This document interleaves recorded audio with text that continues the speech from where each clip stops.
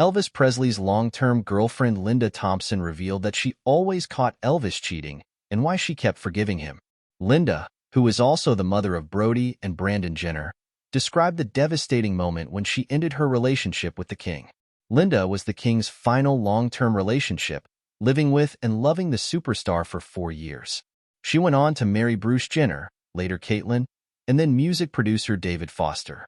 In a powerful new filmed interview, she opens up about her love for such an incredible human being and confesses that she did know about all his affairs, describes what he would say to her each time he was caught, and explains why she stayed with him. The special video was published today on the Memphis Mafia YouTube channel, which is run by Sherry Lacker, who is the daughter of original Memphis Mafia member Marty Lacker. Linda says of Elvis, "He was an incredible human being, and I feel incredibly lucky to have got to know him so deeply, and it's lasted to this day. He loved women, sometimes too much, and I had to indulge him sometimes.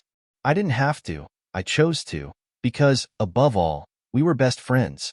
We were lovers, kindred spirits, for sure." And Elvis would always come to Linda and confess each time. Linda says, "We understood each other, and in that relationship he would come to me. He was always getting caught if he was cheating, always getting caught, and I would call him on it. He would sit me down and say, 'Sweetheart, there is nobody in this world I care about like I care about you. You are my woman, you are my girlfriend, you are the one I love. Nobody compares to you. Every time I am with some girl, it just makes me realize how much I love you and how lucky I am to have you, and how we are so well suited we are for each other.'"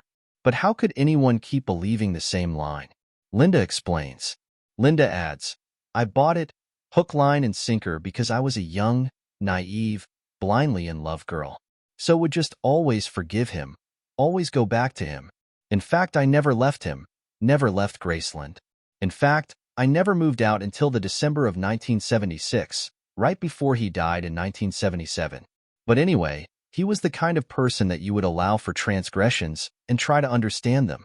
Let's face it, he was Elvis Presley and he'd had an extraordinarily complex life, being catapulted into worldwide fame from abject poverty. His life had been a trajectory of a rocketing star. So I had to try to understand his personality and his psyche, and I was willing to do that, until I wasn't. After 4 years, Linda finally decided Elvis would never change, and she was not willing to continue with the relationship. She says, "And then we broke up in December of 1976. I sent him a beautifully written letter, I must say, and gave it to Elvis's cousin, Billy Smith, to give to him, along with the diamond ring I had bought him for Christmas. And that was that." However, Linda says she still stayed in contact. She was the first person the king's 9-year-old daughter Lisa Marie reached out to in that awful call on August 16, 1977, the night Elvis died. Linda says, "She had the presence of mind to call me before she called anyone." Linda was there at the funeral and remained close to members of the Memphis Mafia.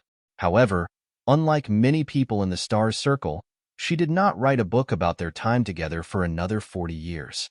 She went on to marry Olympic icon Bruce Jenner in 1981 and have 2 sons, Brandon and Brody.